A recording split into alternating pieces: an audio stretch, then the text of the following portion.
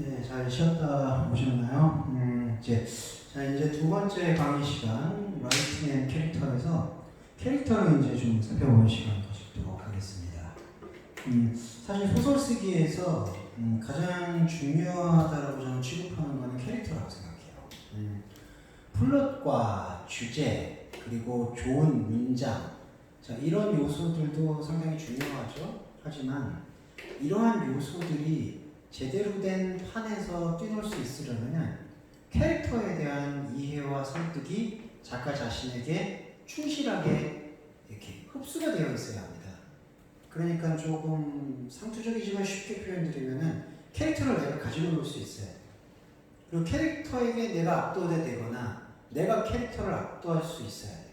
그래야지 이 소설이라고 풀이될 수 있는 스토리텔링은 압도적인 힘을 가지고 너인 독자와 청자들을 흡수시킬 수 있습니다. 캐릭터의 공감대가 형성되기가 어려워지면은 이거는 우리 안에 있는 이야기가 아니라 우리 밖에 있는 이야기라는 생각이 들고요.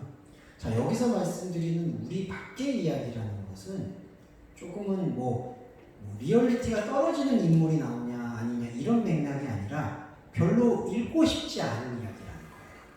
여러분, 독자가 읽고 싶지 않은 경우가 뭐가 있을까요?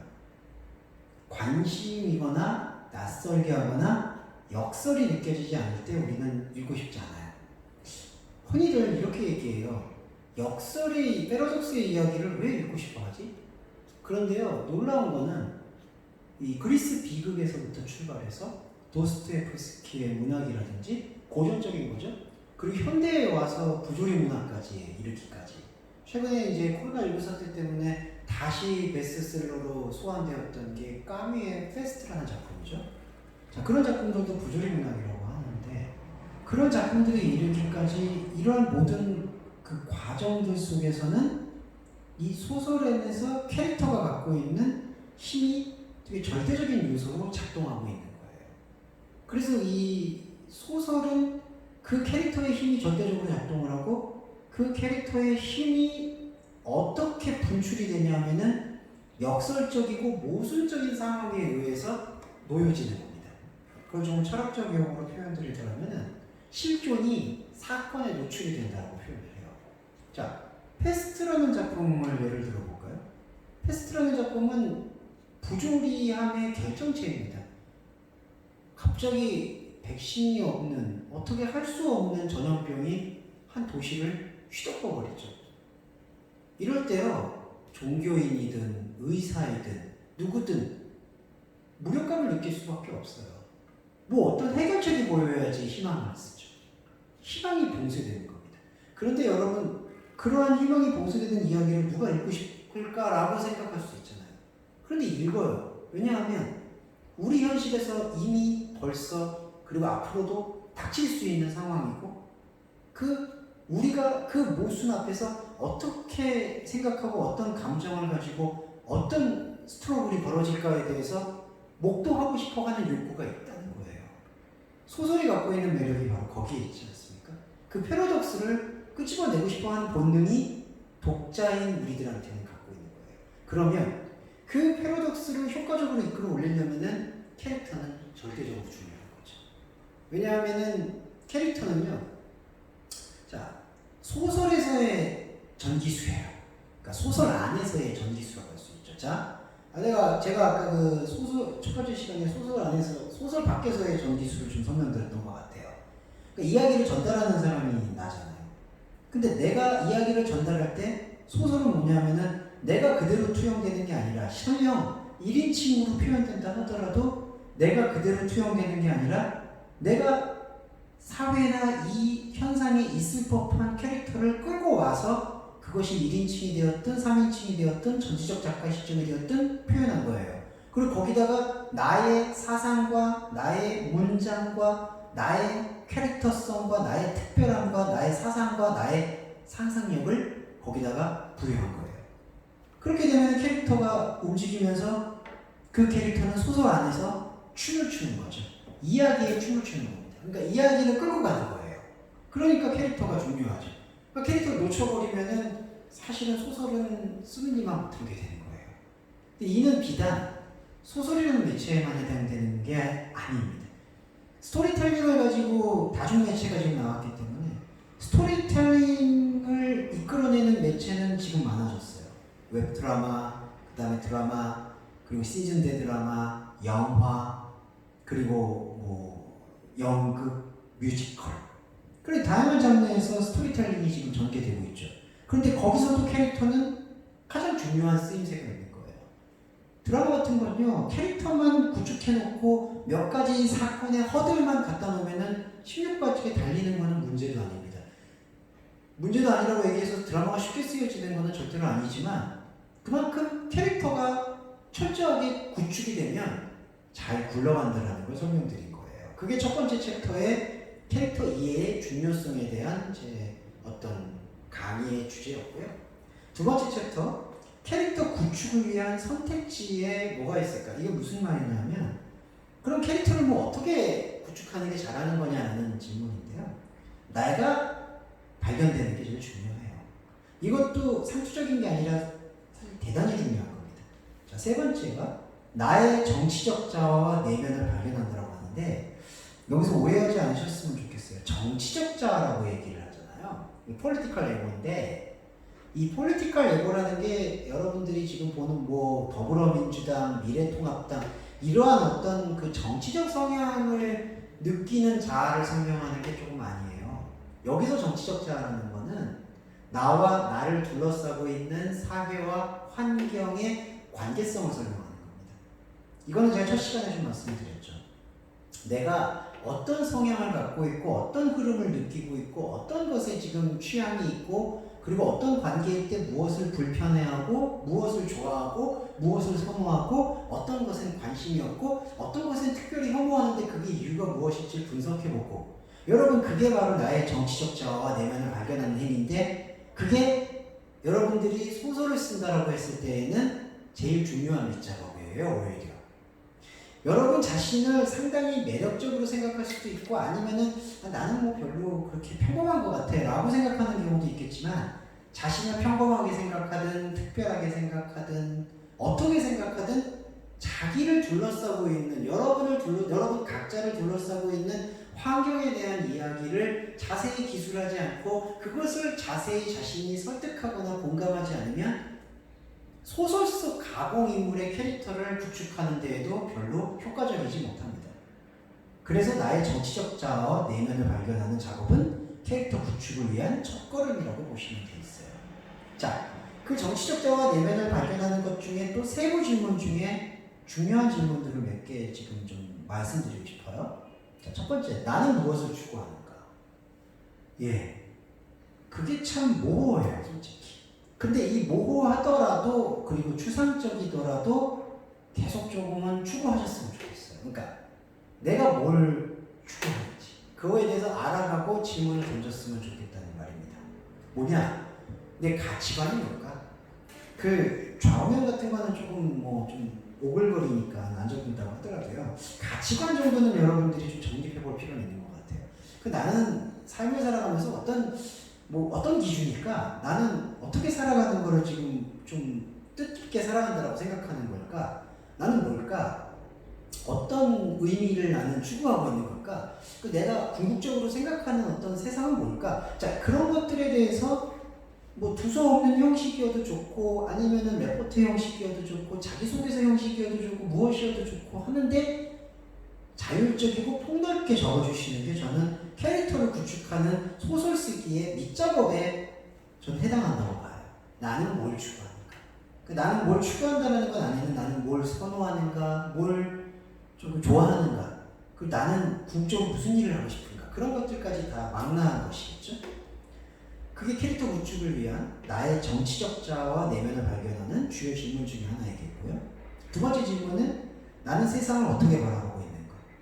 이거는 폭넓게는 뭐 영세적으로 나는 보고 있는가, 비관적으로 보고 있는가, 그러니까 전망에 대한 어떤 답변을 기다리는 질문일 수도 있겠네요. 그런데 나는 세상을 어떻게 바라보고 있는가라는 질문은 그 질문보다 조금 더 자세한 질문들을 또 요청하고 있는 것 같아요. 내가 바라보고 있는 세상, 이거는 넓게는 지구촌일 수도 있고 좁게는 한국 사회, 또 좁게는 여러분이 처해 있는 이 대학 사회, 더 좁게는 여러분의 교우관계, 더 좁게는 여러분의 자신의 어떤 사상까지. 그러게 나는 세상을 어떻게 바라보고 있는가라는 그 시선에 대한 자기 설득 혹은 자기 발견이 되는 것 같아요. 의외로 저도 저를 포함해서 내가 세상을 어떻게 바라보고 있는지에 대한 시선과 의식에 대해서 한 번이라도 좀 제대로 물어본 적이 없었던 것 같다라고 답변하는 경우가 꽤 많아요. 저도 포함해서입니다. 저도 사실은 뭐 일을 하고 글을 쓰는데 온 정신이 팔려 있잖아요. 그러다 보니까 이런 캐릭터를 구축하는 데 있어서 어느 때 가서는 조금 표현이 그렇지만 좀 기능적이 됐다고 해야 될까? 그런 경우가 많아요. 그냥 로맨스 드라마를 쓴다. 그러면은 이런 남자 주인공 정도가 나오면 되겠네. 이런 성격이고 뭐 츤데레 스타일인데 속정은 깊어. 그러니까 그런 어떤 스테레오타입이 있잖아요. 그런 스테레오타입으로 그냥 캐릭터라이징을 하는 경우가 섬뜩하게 느껴질 때가 있어요. 그럴 때 뭔가 일반적으로 나타납니다. 그런 상태가 됐을 때 저나 여러분은 만약에 라이터라면 그걸 지속한다면 계속 이런 질문을 메타 퀘스천이라고 할 수 있는 그 질문을 던져볼 필요가 있는 거죠. 나는 뭘 추구할까? 나는 세상을 어떻게 바라보고 있을까? 그 다음 질문, 나는 우리 시대를 어떻게 이해하고 있는가? 자, 이런 거는 두 번째 질문이 나는 세상을 어떻게 바라보고 있는가에 대한 좀 더 구체화된 질문인데요. 그러니까 나는 지금의 시대를 사회적으로, 정치적으로, 문화적으로, 그리고 제도적으로 어떻게 전망하고 있는가? 그러니까 나는 어느 정도의 이 시대의 이해를 갖고 있는가? 그런 어떤 질문이라고 생각이 돼요. 그러면 자연스럽게 이거는 공부가 따라오겠죠. 문예창작과는요 억울하겠지만 여러분 문예창작 수업은 좀 억울한데 글을 쓰는 스킬만 익히는 수업이 아니라고 좀 봐요. 세상을 읽는 수업도 좀 필요하다고 봅니다. 그래서 때로는 사회학적인 학자의 이야기에 전체는 아니겠지만 써머리된 부분을 조금은 볼 필요도 있겠고요. 철학자들이 하고 있는 말에 귀 기울일 필요도 있고요. 그리고 사상가라고 하죠. 사상가가 말하고 바라보는 세상이나 시대 이해는 무엇인지를 눈여겨볼 필요가 있습니다. 그게 나는 우리 시대를 어떻게 이해하고 있는가에 대한 질문과 접합이 되고 있고요. 그리고 또 하나 볼게요. 나는 무엇에 저항하고 있는가. 이 저항에 대한 부분은 제가 두 번째 지금 시간이었죠. 지금 세컨드 프로세스의 두 번째 시간 그 라이팅에서 소설로 바로 전 시간에 말씀드렸던 그 패러독스에 대한 그 필요성 때문에 그렇습니다. 그 패러독스가 일어나려면은 낯선 공감과 그 공감을 배제하는 그 갈등이 필요해요. 그리고 그 필요하다는 것은 그냥 자연스럽게 도출이 되지만 그 자연스럽게 도출이 되는 것을 하나의 울타리 안으로 묶는 작업이 필요합니다. 그러려면은 내가 지금 현재 무엇에 저항하고 있는지를 좀 폭넓게 기술해 볼 필요가 있어요. 내가 지금 저항하고 있는 것. 이때 저항이라는 것은 상당히 스펙트럼이 넓다라고 할 수도 있겠죠. 그러니까 좁게는 뭐 나의 개인적 성향에서 저항하고 있는 거, 그냥 편하게 말씀드리면 내가 싫어하는 거, 그런 것들이 저항의 요소로 될 수가 있고, 좀 더 이거를 확장시켜봐서 그걸 우리가 이제 거창하다라고 표현하는데, 거창하게 보면은 나는 어떤 것에 저항하는 거, 그러니까 뭐 이 시대의 차별, 뭐 이 시대의 혐오, 그다음에 이 시대의 불평등, 이 시대의 공정하지 못한 것, 뭐 그런 것에 나는 저항하고 있지 않는가? 자, 그런 것들을 한번 추려보는 거예요. 근데 이게 캐릭터 구축과 무슨 관계가 있겠냐라고 생각할 수 있겠지만 대단히 중요합니다. 왜냐하면 나라는 선택지 안에서 캐릭터라이징이 되어지잖아요. 그러면 그 나라는 선택지 안에서 확산되고 있는 너는 그 나로 인해서 영향받고 있는 대상이기 때문이에요. 그러니까 여러분의 나가 인플루언서예요. 그 인플루언서가 라이트를 하는 거예요. 그러면 그 인플루언서의 소리를 듣게 되는 독자는 자신의 관계 그물 속에 나타난 그 지금 저자가 되어 있는 라이터가 되어 있는 여러분의 그 인플루언서를 흡수하게 되는 영향을 받게 돼요. 그게 독서 경험이 되는 거예요.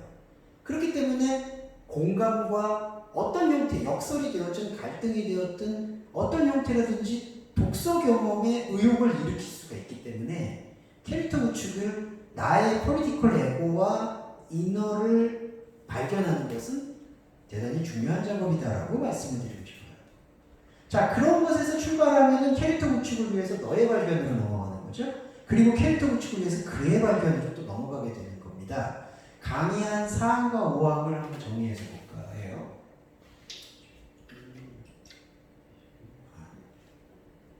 네, 캐릭터 구축을 위한 한 걸음, 두 걸음 보겠습니다. 자, 그러면 캐릭터 구축에서의 밑작업은 뭐였었나요? 바로 나의 폴리티컬 에고를 발견하는 일이었죠. 자, 그거를 한번 여러분 시간을 버린다고 생각하지 마시고 한번 실습해 보세요.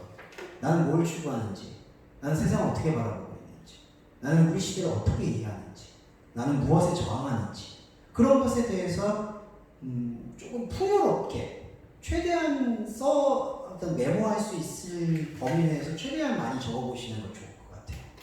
자, 그게 바로 나의 캐릭터 구축이죠. 그러면 나의 캐릭터가 너무 가겠죠. 왜냐하면 여러분, 나의 폴리티컬 에고를 기술한다는 행위 자체는요, 기록한다는 행위 자체는 이미 너를 소환하고 있는 거예요. 왜냐하면 에고가요, 자아가 자기만 쓰이는 게 아니잖아요. 결국에는 대상을 통한 관계를 통해서 내가 형성되는 거잖아요. 그러니까 나를 기술하는 행위는 너를 기술하는 행위와 연결이 되어 있는 거죠. 그러니까 순서는 그렇기 때문에 먼저 내가 갖고 있는 추구, 바라봄, 이해, 저항을 바라보고 그리고 복귀하고, 그렇게 복귀되어지면 자연스럽게 연결되어 있는 고리들 속에서의 너와 너들이 발견이 되는 거예요. 그게 캐릭터 구축을 위한 선택지, 너의 발견이에요. 자, 한 걸음 나아가면 그 너의 발견인데, 그 너를 발견하는 방법이 뭐가 있을까? 추상적으로 느껴질 수도 있겠지만 구체화시켜보면 이런 겁니다. 여러분이 지금까지 만났던 사람들 중에 제일 유니크했다. 야, 이거 완전히 뭐 쉽게 말하면 야, 이거 똘끼가 좋겠네. 여러분 자신이 똘끼일 수도 있겠지만요. 여러분이 만난 사람 중에, 여러분이 경험한 사람 중에 가장 독특했던 사람을 한번 기억해 보시는 거예요. 그리고 그 독특했던 사람에 대한 인상, 습관, 말법, 그리고 그 사람이 독특할 수 있었다라고 내가 느꼈던 특별한 해프닝, 사건, 그리고 또 하나, 그 사람이 독특하다라고 왜 나는 느꼈을까라는 나의 어떤 소회, 이런 것들을 이거 역시도 최대한 폭넓게 적어보시는 거예요. 그러면 다양한 아까 오랄 컨디션, 구술사 얘기했죠. 정말 다양한 이야기 다발이 나옵니다. 여러분, 이게 살면서요, 이 독특한 사람들이 꽤 많아요. 농담처럼 말씀을 드렸지만 저도 짧은 뭐 많이 산 게 아니라서 많이 산다면 많이 살 수도 있고 뭐 그런데 진짜 독특한 사람이 많더라고요. 근데 이런 게 있어요. 너무 독특한 사람을 만나니까 좀 피하고 싶어. 여러분 요즘 뭐 노홍철이라는 그 사람 아시죠? 이게 그분이 한참 유명할 때 있다가 지금 좀 이렇게 바람이 빠졌다가 지금 다시 이제 인기를 쌓고 있는데, 한참 인기가 많을 때 만난 적이 있는데 도저히 주체를 못하는 거예요. 그 에너지라고 해야 될까? 독특한 사람이었어요. 저 사람 왜 저렇게 끼가 많은 걸까? 에너지가 넘치는 걸까? 선천적인 걸까? 뭐 그런 생각을 해보기도 했어요. 그렇게 해서 여러분도 뭐 TV나 매체를 통해서 봤던 독특한 사람을 풀어보는 것도 좋은 방법이고요. 아니면은 여러분과 관계 맺고 있는 친구라든지 뭐 선생님이었다든지 만난 사람들 중에서 혹시 가장 독특한 사람이 누구였는지. 그런데 여기서는 한 가지 원칙이 있습니다. 그 사람의 이름을 쓰지는 않으시는 거예요. 네. 이름을 기록을 하게 되면요, 이상하게도 그 이름이 갖고 있는 현실성에 좀 이렇게 사로잡히게 돼요. 그렇기 때문에 이름을 쓰지 말고 그 혹은 너 이렇게 표현을 하면서 너는 정말 독특했어. 이런 면이 독특했어. 이런 면이 습관을 갖고 있었어. 너는 나와 이런 일들이 있었어. 이런 해프닝에서 난 정말 황당했어. 너가 왜 그랬는지 난 한번 생각해봤어. 이런 식으로 이야기를, 그러니까 기록을 전개해보는 거예요. 자, 이런 게 바로 캐릭터 발굴을 위한 측면에서 그 인물에 대해서 표현해보는 방법입니다. 자, 이게 캐릭터 구축을 위한 한 걸음이에요. 그리고 두 번째는 캐릭터 구축을 위한 두 걸음 한번 더 해볼게요. 자, 가장 독특한 사람에 대한 캐릭터라이징을 좀 했다면은, 이제는 인간이 갖고 있는 그 갈등의 역설을 분석하고 이해하고 습득할 수 있는데 중요한 캐릭터라이징 작업 중에 하나인데, 5번 항목이죠. 캐릭터 구축을 위한 두 걸음 중에 그 다음 항목에 나와 그를 지금까지 만났던 인물 중에 가장 악한 사람에 대해서 기술을 해보는 거예요. 자, 이 악한 사람이라는 것에 대해서는 좀 주관적일 수 있잖아요. 그리고 이 악한 사람에 대한 그 기록은 여러분의 경험과 관계 속에서의 악한 사람일 수도 있고, 아니면 우리가 모두가 알고 있는 악한 사람, 뭐 히틀러, 아우슈비츠 수용소의 어떤 관리자, 그리고 뭐 이제 어떤 무소불위의 독재자, 이런 사람들의 그런 어떤 공인인 경우도 있을 수 있어요. 그러니까 이거는 이거예요. 여러분이 지금까지 알고 있던 사람들 중에, 알고 있다라는 것은 직접적으로 관계를 맺고 있지 않아도 알고 있는 사람이겠죠. 그런 사람들 중에, 혹은 여러분들이 경험하고 있는 사람들 중에서 가장 악한 사람에 대한 인상을 풀어보는 거예요. 자, 이거는 어떤 감정이 개입되어 있는 표현이 아니라, 이때부터 이 기록행위를 할 때는요, 이런 거죠. 나는 왜 그 인물을 가장 악하다라고, 내 인생에서 내가 지금까지 봐왔던 그 경험과 가치관에서 왜 가장 악하다고 생각하는 걸까? 그 질문에서부터 시작해보세요. 그 질문을 먼저 기록을 해보고, 그 질문에서부터 뿌리를 삼아서 그의 악의 이유, 그의 습관, 그가 왜 악하다라고 내가 평가했는지, 그런 어떤 사건, 해프닝, 갈등의 요소들을 위주로 적어내려가시는 겁니다. 그러면 반대도 있어요. 악한 사람이 있었다면, 여러분들이 지금까지 경험했거나 알고 있던 사람 중에 가장 선한 사람, 이것도 역시 주관적 경험이죠. 여러분이 느꼈던 사람들 중에서 가장 선한 사람은 뭘까요? 자, 여러분, 이렇게 선하다, 악하다라는 그러한 포인트를 세우는 건요, 캐릭터 구축에서 설계도를 만드는 것과 거의 동일한 거고, 바둑으로 말씀드리면, 여러분 바둑을 이렇게 두셨는지 뭔지 저도 잘 못 두는데, 이렇게 처음에 집을 놓는 거 있잖아요. 그 집을 놓으면 어떤 촉성을 까는 행위라고도 간다고 볼 수 있어요. 그러면 여러분 안에서 이렇게 선순환이 일어나는 게, 긍정적 순환이 일어나는 게, 여러분이 이렇게 악한 사람의 좌표를 찍어보고 선한 사람의 좌표를 찍어봤을 때 여러분이 생각하는 선과 악의 스펙트럼을 좀 확인해 볼 수 있어요. 아, 나는 이 사람이나 이 인물을 가장 악한 인물로 설정하는구나.